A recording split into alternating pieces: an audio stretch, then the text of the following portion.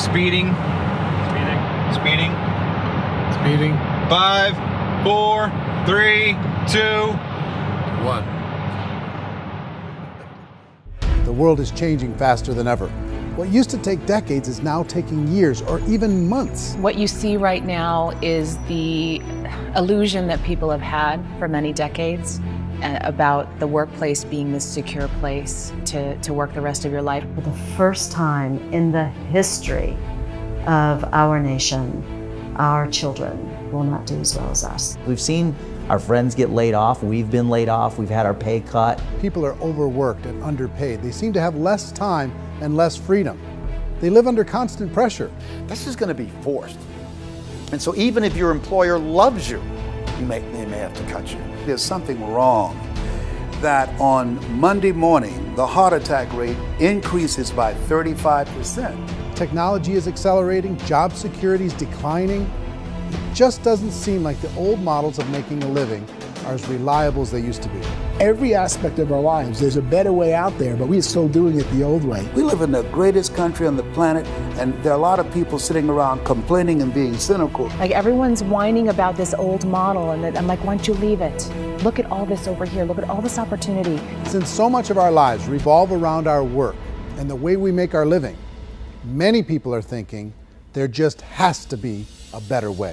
The biggest challenge facing our world today is not making money, is what are we going to do with all the displaced, unemployed people? People are afraid that they're going to make the wrong decision. People are afraid of the unknown. People are afraid that maybe I don't have the skills. Hey, sports fans.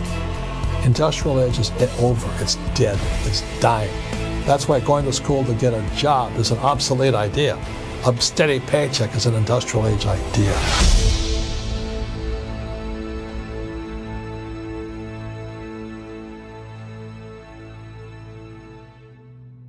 It's the search for answers that has brought us here together today. My name is Eric Worre, and for almost 30 years I've been an entrepreneur, struggling at times, but ultimately succeeding. As a best-selling author, speaker, and business owner, I've spent my entire career helping millions of people around the world to become entrepreneurs. And I believe strongly that there is, in fact, a better way when it comes to how we make a living. The career landscape has changed dramatically, and many are still working in a model that is completely out of date. What worked for previous generations isn't working as well for people today. In this film, we're going to explore 3 important questions. First, what's really going on in our working world today?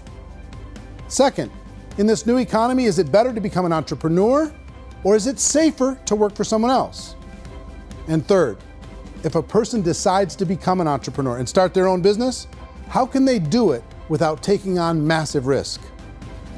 To help in this journey, I've brought together some of the greatest experts and thought leaders in the field of entrepreneurship to share the real facts with you. My intention is to give you new information that will allow you to make choices that are not limited by an old, outdated model. Let's start by understanding what's going on in our working world today.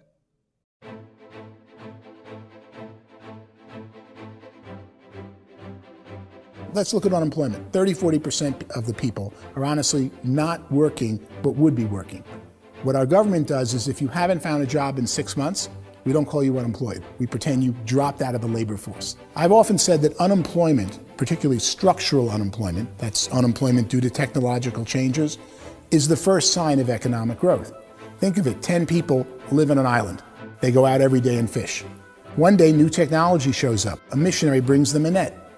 Now, using the net, one pilots the boat, one throws the net. 2 fishermen can do all the work 10 used to. That's a 500% increase in productivity, 2 doing the work of 10, in one day. You don't have to learn a lot to learn how to throw a net instead of throw a fishing line. The island's got a big problem, 80% unemployment. But the island still has all the wealth of the fish because the 2 people produce as much fish as 10 did. Now, of course, looking back in history, these changes used to take thousands of years. And during that time, we went into farming and transportation. Some of us became doctors and some teachers and lawyers, and we developed all these new professions and new manufacturing jobs. Today, these changes are occurring literally in one day when a new technological advance occurs, and we don't have the social structures to deal with it or to retrain the unemployed people. So one of the things that I think is interesting as I travel across the country and really travel around the world is the way that we work and the way we get paid for work is changing pretty dramatically. On a global basis, everything is being turned upside down because of the rapidly advancing technologies. They are eliminating many jobs, and we have been left with many people not prepared for the jobs that exist. A lot of demand in public companies was to squeeze out all the fat and to get just as much margin as we possibly could, and fat equals humans. So this idea of job security in information age is so obsolete, but it's still taught inside our school system. And that's where the problem starts. There's no financial education in the school system, and people are still trained to be employees who work for that paycheck. This is a chart on the middle class. What's happening in the middle class, those that went to school, their incomes have been coming down for years. And parents still say to their kids, go to school, get a job. Now what happens to all those middle class people who are dropping off the ends of the chart? Well, they become what's called working poor. And this is what happens to working poor. But they say poverty is ending. Well, poverty may be ending, but working poverty is going up. And this is food stamp usage.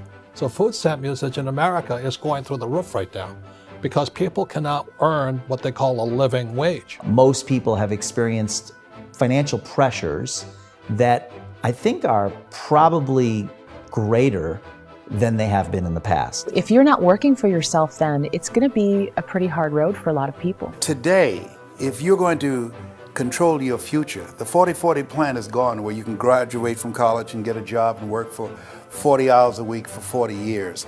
That day is gone. So some of these charts actually tell you what's going on.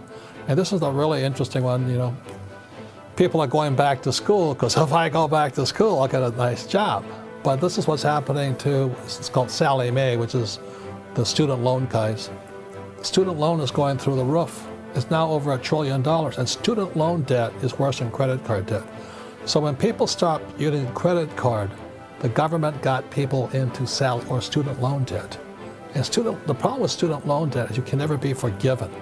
See, with credit card debt, you can declare bankruptcy and all's forgiven. But student loan debt, you can declare bankruptcy, you still owe it. It's the worst of all debt. But this is the next picture. Look at this chart here. This is what's happening to wages of college graduates. It's going down. So you go to college, you rack up all this debt, but you earn less money. Now, that's not that intelligent. Average person who's been working a lifetime in America today is ending their lifetime at 65 with about $41,000 in assets. They earned just enough to survive.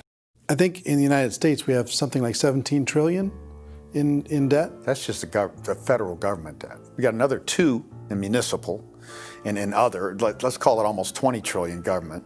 We've got 40 trillion in private debt. That comes up to close to 60 trillion. When you then add something we never had before, what you were talking about, when we look at the unfunded portion of Social Security and primarily Medicare, Medicaid, that at the most conservative estimates from outside firms, Kleiner Perkins, 67 trillion and growing. That's more than all our other debt. There's less conservative estimates that say it's 84 trillion or higher. I added up conservatively $127 trillion in total debt. Debt is a financial drug. When you take it to excess, it's like taking a drug. Yeah, it makes you feel better, it enhances your performance, but at a huge cost, eventually it kills you. And so that's what happens. We keep doing more and more debt, and you get less and less results, just like a drug, until the debt gets so high that it crushes the whole system. That's where we're at, 8.2 times GDP. You know who I feel sorry for? I feel sorry for the person who dreads going to work, who is sick to their stomach on Monday morning, who hates their alarm clock, who gets a little glimmer of hope on a Wednesday because it's hump day and says, thank God it's Friday.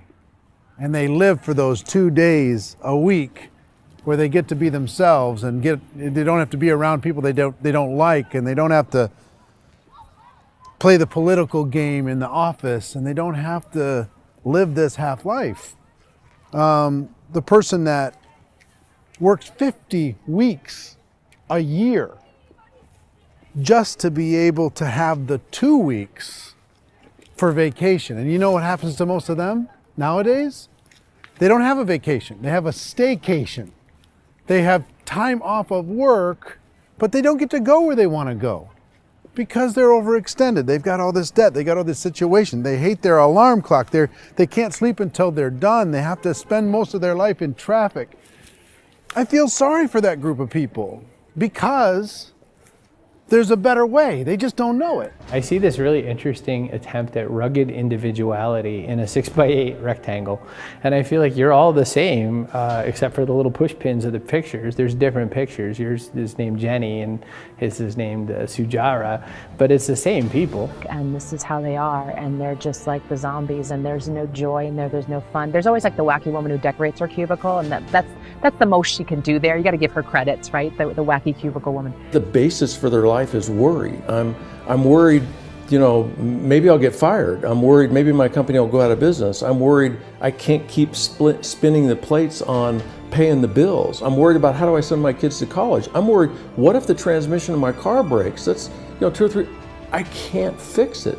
People live in a sea of worry, and it eats at them. Those signs that people held up during the Depression didn't say looking for gainful employment in a cubicle. It said looking for work. Work is what we're looking for. Job is just a unit of measurement. Work is what we're going after. It's time to look in the mirror and say, it's not the economy, it's my economy.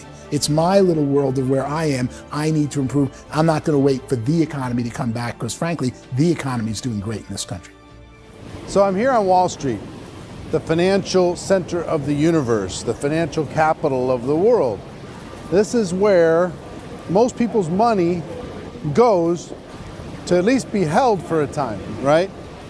With interest rates in banks being effectively zero, and many experts are predicting it's going to stay at zero for the next 10, 20, even 30 years, people feel like they don't have any choice but to put their future into equities, to put their future into the hands of other people on this stock market, and hope that the stock market goes up, hope that the stocks that their advisors pick or that they pick goes up. That's one way to go, I guess. It's my personal belief that if you put your future into the hands of yourself, in other words, you have earning power by yourself, I think you're a better investment than these guys. I think controlling your future is a better option than handing over your retirement to these guys. The average household income in the United States is approximately $50,000 a year, what they call the middle class. To reach the top 25% of income earners, you'd need to earn at least $90,000 a year. To reach the top 10% would be a household income of $140,000, the top 5%, $190,000, and to be in the top 1%, you'd need a combined household income of at least $380,000 a year. So here's the question. What do you think would give you the best chance to move up and get to the top 10%, the top 5%, the top 1% or beyond? In my opinion, and in the opinion of many, many experts, the answer is to become an entrepreneur, to become your own boss.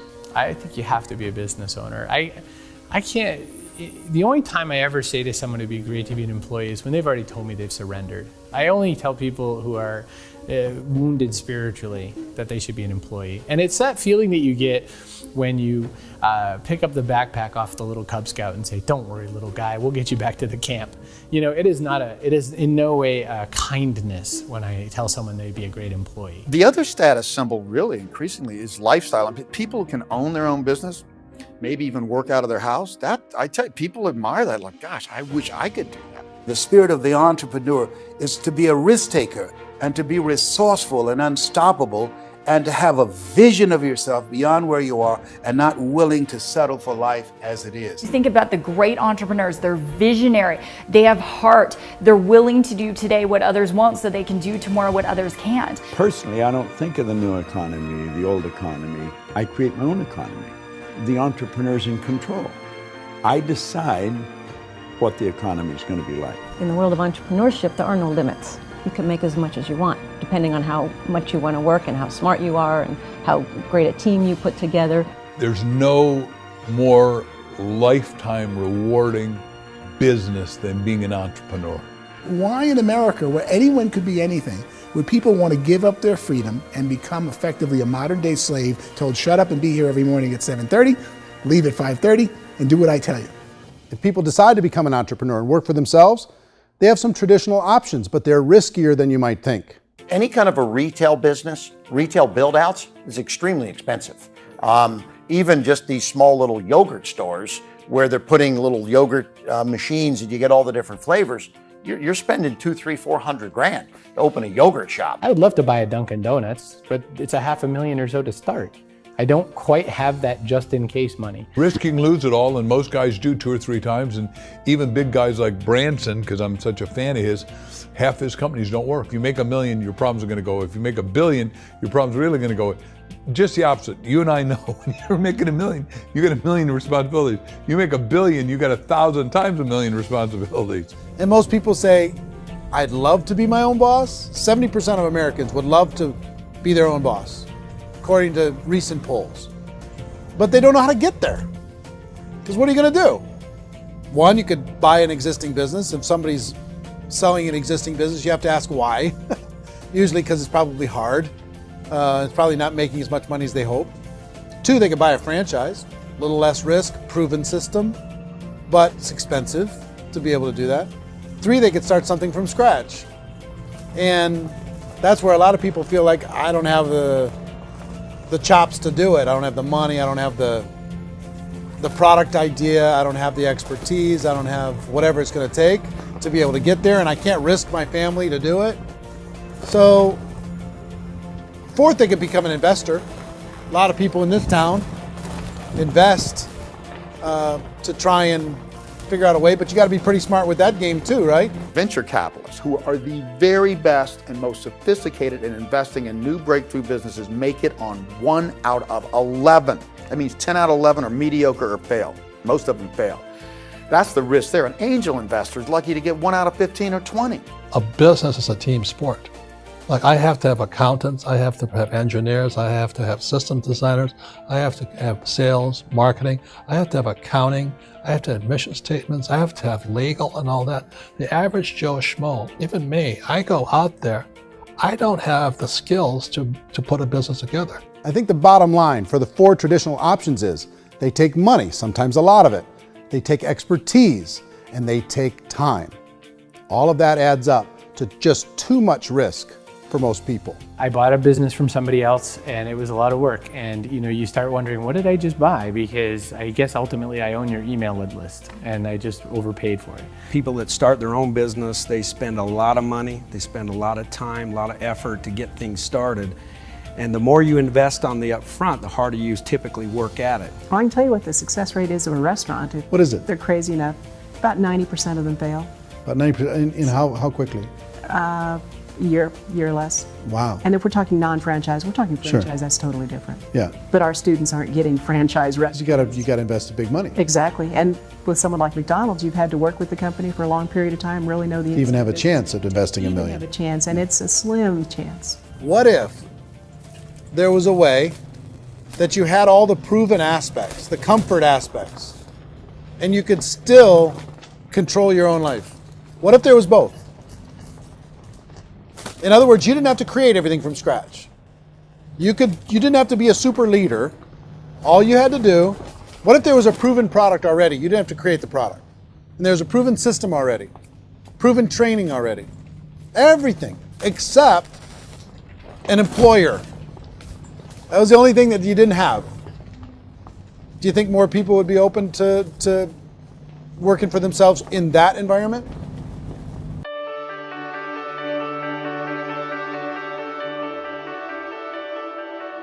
In our search for a better way to make a living, we've come to the conclusion that becoming an entrepreneur is actually safer than being an employee.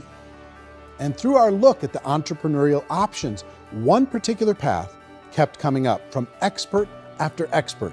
And I think most people will find it surprising because it's certainly a non-traditional business model. That model is for people to start their own business and become an entrepreneur through the creation of a network marketing business. Some people call it direct selling because the product is being sold directly from the manufacturer to the end consumer, cutting out the middlemen.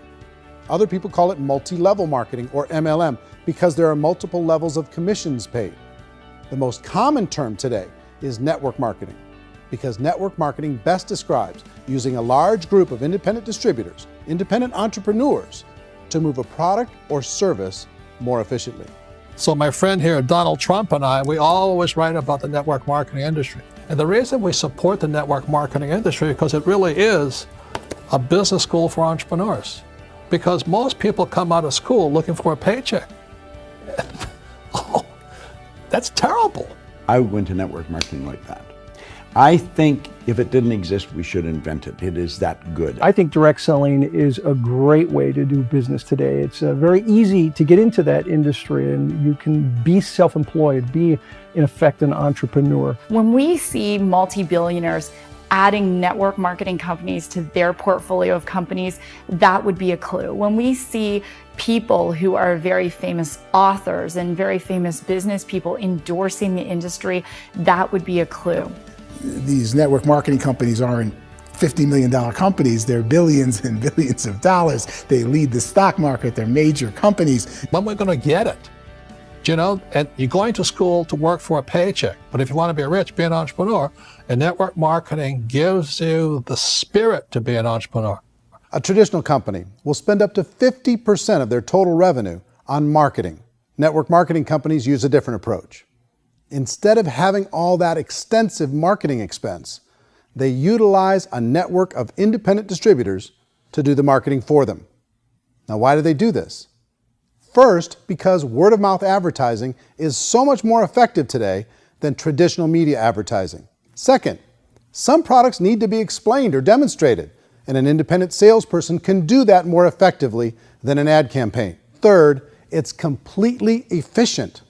The company only pays for the marketing of their product if a sale happens and not before. Imagine if Amazon allowed you to become an independent distributor and paid out 40% of its revenue to that distributor group. All you had to do as a distributor was recommend a product, and if a person bought it on Amazon, Amazon would take care of all the logistics, and you'd get paid for bringing the customer. Now imagine you got paid for every purchase that customer made for the rest of their lives. Well, Amazon doesn't offer this option, but network marketing companies do. 85% of all buying decisions in our society are made as a result of word of mouth or reputation. We're recommending things to each other all the time. You know, who's your dentist? Who's your doctor? Who's your lawyer? What detergent, are you using? What legal system are you using? What product are you using? We're talking to each other about the things that we love anyway. When you go into a big box retailer, you're lucky if the clerk looks you in the eye, much less gives you any detailed or accurate information about what you're purchasing. So of course, this personal information, this education coming from a friend, a neighbor, a relative, or even a stranger, but one who has experience with the product is extraordinarily valuable. As a matter of fact, network marketing can educate consumers probably better than any other form of marketing. It certainly can do better than advertising, because advertising usually has a certain hype to it, and you can only get limited information. So, network marketing trumps advertising. If you were a typical sales company and you wanted to sell $1 million a month worth of product, you might go find 100 superstar salespeople. The quota would be $10,000 a month. So network marketing as a distribution system just flips the numbers. So we use 10,000 happy, raving fans of a particular product, and we don't concern ourselves so much with how much product each one of them individually sells. If they sell just $100 or $200 a month, and there's 10,000 of them, you're selling $1 million to $2 million a month worth of product. And that's the best way I can explain how network marketing works. This is the marketing arm of the company. There's not money being wasted on bricks and mortar. There's not money being wasted on inventory that's sitting stagnant somewhere. There's not of employees standing around that don't have customers. These are people that are going to connect with customers. These companies allow people to become independent distributors for extremely low cost and with no minimum time or sales quota. Essentially, they own their own business and can provide as much or as little sales as they choose. In other words, the distributor gets all the benefits of traditional business ownership without the risk. The advantage of network marketing is the ease of entry, the low risk, and the low startup cost, because almost everything else has very high risk. You can get in for a minimal investment. You're buying into a system that's already been proven, products or services that have been proven to work. The keys to network marketing is providing an opportunity for the masses to get involved, providing an opportunity for the average person who doesn't have the resources to start their own business. All of this so far is fairly straightforward, but network marketing offers another benefit, and it's this benefit that makes it so interesting for entrepreneurs. Network marketing allows a distributor to build their own network of other distributors and then compensates them on the sales created by that entire group. Direct selling is, at its base, very simple. It's the sale of a product or service to an individual on a face-to-face, one-on-one basis, just the way we're talking right now. But there's an important element as well, and that's the offering in conjunction with that sale of product, the offering of an opportunity for someone to make something of themselves. No matter what your social status is, no matter what language that you speak, I mean, look how many unbelievable people are becoming successful that speak every kind of language out there. What an awesome gift to give the world. Instead of having to work your way up in a system and prove that you could be a sales manager, they just decided everybody can be a sales manager. Everybody gets to build a sales team from day one. And so what that brought into the system of growth as a direct selling company is the concept of compounding or geometric progression. Because now you can actually grow sales force very quickly because everybody is enrolling people in their own sales force. People who are like, oh, this is weird, I'm building a sales team, or what do you think you do at a regular company? How do you think a regular company works? Network marketing is the only industry that doesn't say your past determines your future. It looks at your past and says, okay, now what can we train you to do so you can have a great future? Every other employer out there wants to exploit you for what you already know, not teach you something new. Network marketing has the potential to save the United States and the world because it's going to teach people not to be employees, but to be entrepreneurs.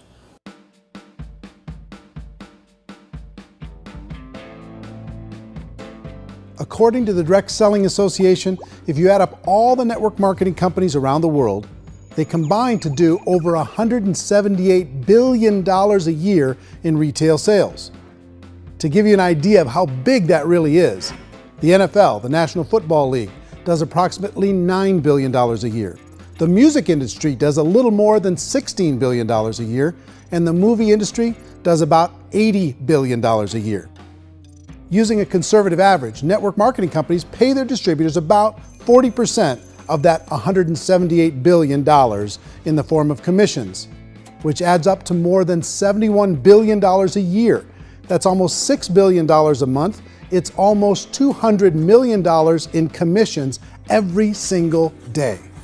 So it's certainly working, and people are making serious money in network marketing. With the growth of the direct selling industry over the last 10, 15, 20 years, we've seen a broader understanding of the channel. We have seen more and more people getting involved in the business, so our penetration in the marketplace has increased, and thus the understanding in the marketplace of who we are has increased. And we've seen non-direct selling companies look at the direct selling model and say, something's going on there. People are making money, companies are being profitable, individuals are being motivated, product is being delivered to market. Maybe we should explore this. Some people think only the people at the top make money. Well, let's take a look at that as well. In the network marketing profession, there are roughly 500 people in the world who earn over $1 million a year. If you round that number up to $2 million a year, that adds up to about $1 billion a year. That takes the $71 billion paid out each year down to $70 billion. So where does the rest of the money go? The vast majority goes to part-time people making anywhere from a few $100s a month to many thousands of dollars a month. It goes to people who choose to make it a full-time career move and earning even more than that.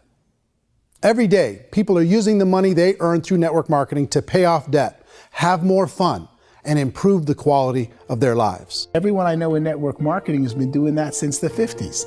They go to work when they want to go to work. They stop working when they want to take time with their children to have a leisurely breakfast and discuss issues and drive them to school. They go back to work when they get home, wherever they're working out of. The biggest thing that I've seen is people that have become much happier in their life. MLM has probably made more millionaires of more people in more countries, and I've spoken to them in 67 countries, than any other single form of business, starting from nothing. If they have a choice between working a job for the next 10 years or working a network marketing business for the next 10 years, the result of working the network marketing business will be better. A lot of people within the industry go on and make this a career and do extremely well at it. Network marketing has been nothing but good for everyone I know that's been involved with it because they did it seriously and they played full out and they've been very successful. It's been a constant barrage of success stories and people showing off stuff that they got as a result of it. How many people are involved? Approximately 16 million Americans and 96 million people around the world are currently participating in network marketing. And in a recent poll, 82% of those people report a good, very good, or excellent experience with network marketing. So people are happy.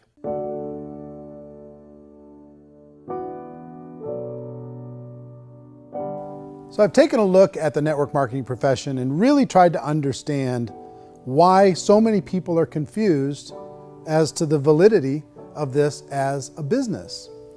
One is this pyramid shape. People get really messed up with this pyramid. Oh, it's one of those pyramid things. So I just think there are a lot of haters out there who really don't understand the industry and say, oh, it's a get-rich-quick scheme. It's a pyramid. Well, corporate America is a pyramid scheme. You know what I mean? It goes like this. You have thousands of MBAs, let's say working for Ford or General Motors or Coca-Cola. If all these MBAs are all trying to get to here, that's a pyramid. Only one guy's going to make it. Every 10 years, one's going to make it. Whereas you look at network marketing, it's like this. So you're here, and your job is to develop other CEOs coming up behind you. So it's an inverse pyramid. In network marketing, it's a very simple concept. If you sell product, you get paid. It is paid based on production. There is no first mover's advantage. There is no investment component where the more somebody spends, the more they're entitled to make. So the two are polar opposites of each other. It doesn't matter what shape the company is or the compensation plan is shaped, whether it's a circle or a pyramid or a triangle or a trapezoid, it doesn't matter. If compensation is coming primarily from recruitment, then you've got a problem. On the other hand, if an operation is basing their compensation to participants on the basis of sales, even when those sales are generated by people you've recruited, well, then you're a perfectly legitimate enterprise. That's the legal test, it's the practical test. Another issue that's been true in the past that is no longer true now is people used to be in network marketing loaded up with products that they couldn't sell and they ended up a loser. They ended up with a bunch of product in their garage, they ended up with a bunch of products sitting in their kitchen shelves or whatever, and they thought they could sell it and then they weren't willing to or able to sell it and they ended up with a bunch of stuff and they were bitter about it. There was this thing called front loading where you had to buy if you bought $25,000 worth of product, you got better commissions and all this.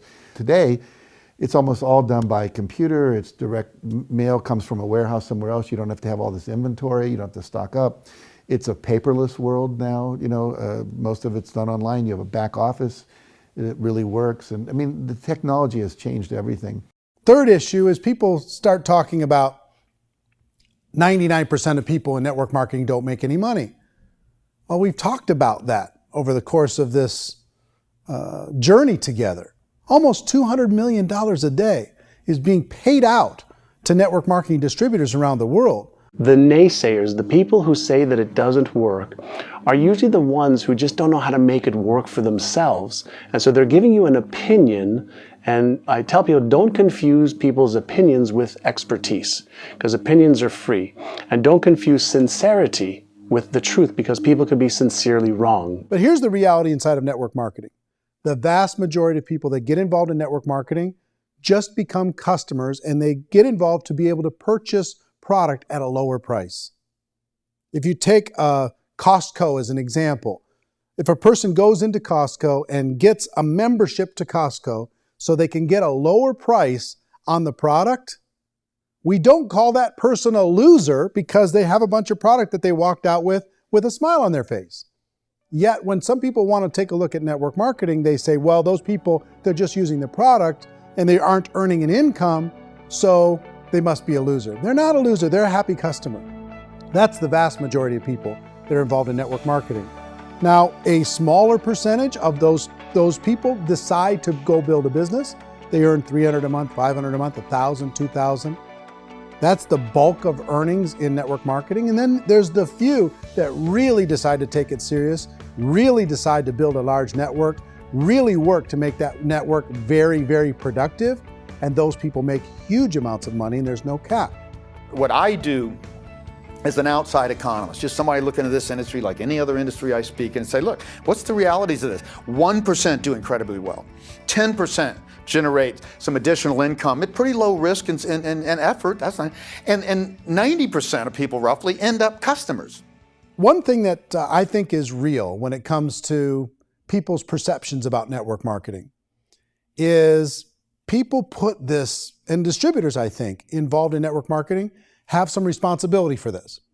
They have sometimes unrealistic claims about the product or about the income. Most people who become distributors, they want the money, they want to be successful, but they don't have the skills.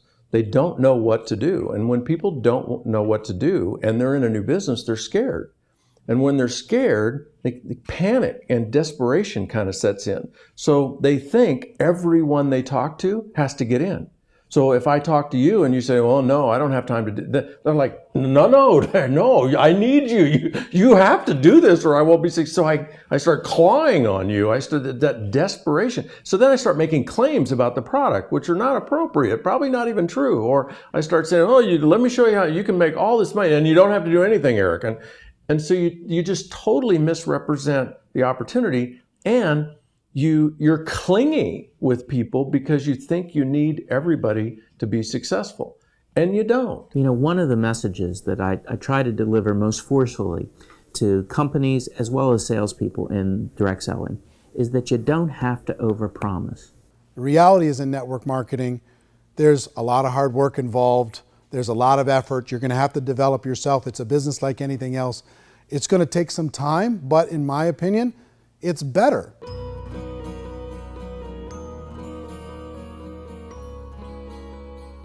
It's light years better for people starting today than it was even 5 years ago. I think it's more widely accepted now, and people understand it is a business. It is being an entrepreneur. It is being a business owner. Our belief system is based upon our evaluation of something. And frequently, if we reevaluate a situation, our belief about that situation will change. The industry has changed and it's grown up. It's totally transformed. You've got young people today that have grown up with social media, and they understand networks. They understand how people are connected through technology, and they understand how money flows through those networks.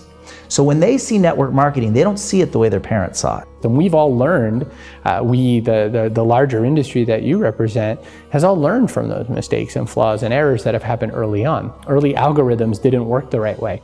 That's all fixed. It's like when they design a computer program, they design the program, then they run it, and then they go back through and they debug it. The MLM industry has been debugged. This is the day of being virtual, being able to run a business from your mobile phone. I mean, it's incredible. Companies are getting smarter. They're implementing more consumer protections. They're implementing more compliance training. They're doing more with respect to product research. If you do get involved and you make purchases of inventory, even on a voluntary basis, if you decide that this business is not for you, you can leave and have that inventory repurchased by the company. There's no other business that offers that kind of protection on a voluntary, self-regulatory basis.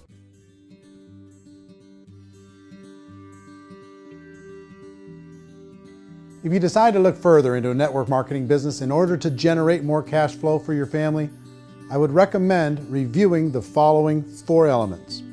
First is the product or service. And on the product or service, I would ask 5 important questions. 1, do you like it? Is it something you would feel comfortable sharing with others? 2, is there a recognized need in the marketplace? It's hard to create a need if one isn't naturally there. 3rd, does the product meet that need? Does it solve a legitimate problem for consumers? And 4th, is it priced to sell? Can it compete in the marketplace? And 5th, is it priced for profit? Is there enough margin for the company and the distributor to be able to generate income for the long term. If you can answer the questions on the product to your satisfaction, the next element to consider is the company itself. Is it well run? Do you believe in the founders or the management team? Do you feel they have what it takes to go all the way? See, it doesn't matter how good the product is if the management can't take care of the company. Good management can change with the times. They can handle adversity. They can make good decisions. Make sure you choose a company that can serve you for a long time. The third element to consider is the compensation plan. And with that, there are 3 important things to look at. First, a brand new person needs to be able to generate some money fairly quickly. It may be an obvious reason, but you can probably imagine the ripple effect of a distributor getting involved and having even a small victory fast. That can only help with the overall success of the organization. Second, a person should be able to develop a moderate part-time income in a reasonable period of time. As they develop their network and as their sales grow, they should be able to enjoy more benefits. And third, for the people who are really serious, for those who decide to really go pro in the network marketing profession, there should be the possibility to make a serious full-time income if they work hard and are committed to developing their skills. If you're comfortable with the product, the company, and the compensation plan, the last thing you should look at is the support that will be made available to you. Does the company have a website? Does it have a solid online reporting tool? Do they have comprehensive training available? Do they host events to help you build your business? If you decide to do this, what kind of a support system can you plug into? Choosing a network marketing company is a personal decision.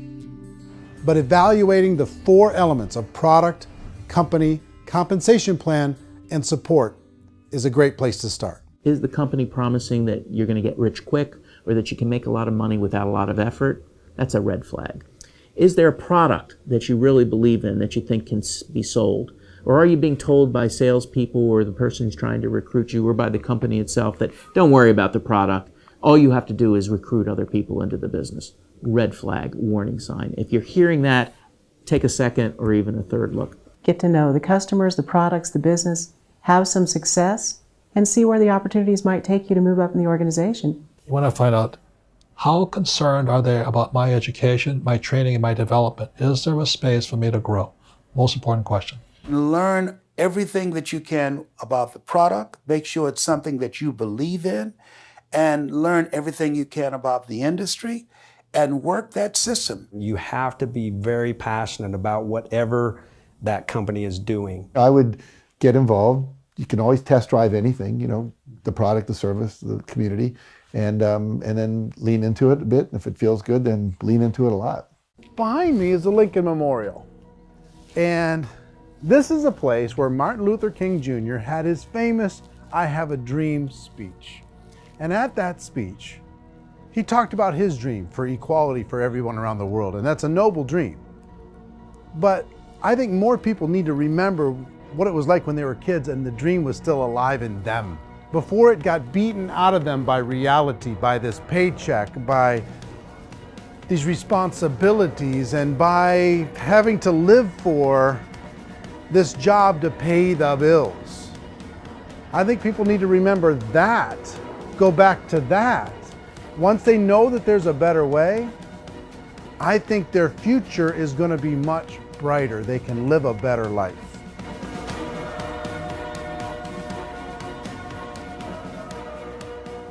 So if you're considering getting involved in a network marketing company, let me offer you just a few pieces of advice. First, network marketing isn't perfect. It's emotional, it's challenging. Like any entrepreneurial venture, it can have its up days and its down days. But if you have an entrepreneurial bone in your body, it's just better. Second, if you're gonna do it, decide to be professional. Decide to go pro. It's better to do that than just be this amateur sticking your toe in the water. Third, as any professional, you're gonna have to learn some new skills. And I promise you, inside of the network marketing profession, they're not too difficult to learn. Fourth, like anything worthwhile, it's gonna take some time. Don't expect that you're gonna get to the finish line right out of the gate. And fifth, it's worth it. It's worth it. to be able to take charge of your life again. It's worth it to be able to control your own financial situation. It's worth it for the people you're going to be able to spend time with. It's worth it for the things you're going to be able to see and the experiences you're going to be able to experience. It's worth it for the causes you're going to be able to contribute to, the lives you're going to be able to touch, the customers you're going to be able to help, the friendships you're going to be able to develop. I promise you, it's worth it. Remember, most people are searching for answers just like you are. But I do have to tell you the catch to network marketing. If there is a catch, if you want to understand this from an emotional point of view, people say, well, it sounds too good to be true. It's not, it's hard work. But here's the catch. Most people still don't understand it. So you're going to have to endure the loss of social esteem from ignorant people. The uneducated will think less of you. Now, if you can handle that, you're on your way. If that's going to destroy you, you know what? Entrepreneurship in general probably isn't in your future. If you can face that catch, you can become unstoppable. I want everyone to really contemplate this if they're not in network marketing. You're in a job, you probably have a mortgage, you have rent, you have debt, whatever's going on. You're in a prison. You work just hard enough to keep them from firing you, and they pay you just enough to keep you from quitting. Come on! I've been there, done that, and bought that t-shirt. In network marketing, if you run into failure, it's really just a homework lesson for yourself. There's no one to blame. You really have no excuse not to be successful. You just don't.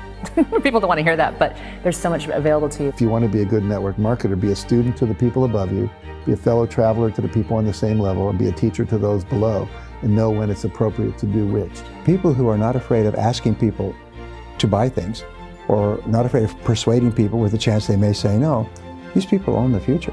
Nothing happens until something moves. So you got to go move, you got to go do something, or nothing's going to change in your life. In the beginning, you're going to do a lot of things that you don't get paid for.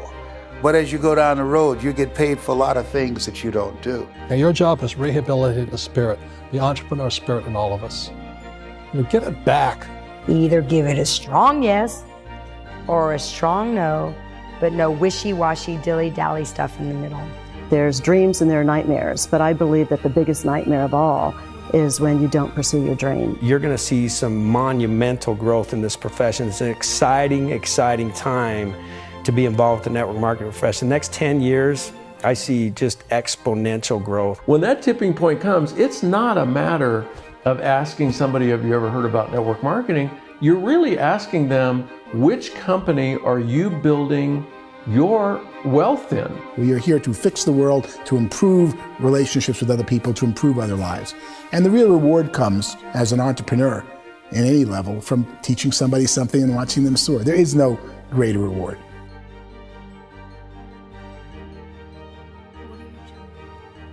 Life's too short to spend it living someone else's dream instead of your own.